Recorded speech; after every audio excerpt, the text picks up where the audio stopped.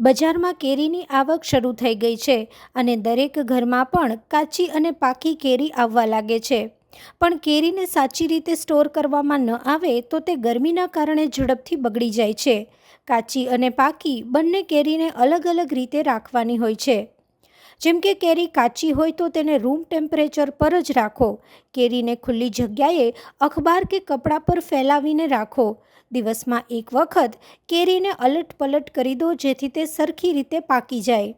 જ્યારે કેરી સારી રીતે પાકી જાય ત્યારે તેને ફ્રીજમાં રાખી દો. ફ્રીજમાં રાખવાથી કેરી પાકવાની પ્રોસેસ સ્લો થઈ જાય છે અને કેરી ઝડપથી ખરાબ થતી નથી.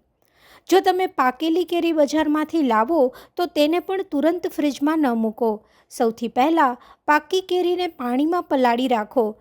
ત્યાર પછી થોડા કલાક રૂમ ટેમ્પરેચર પર રાખો અને પછી ફ્રીજમાં મૂકો.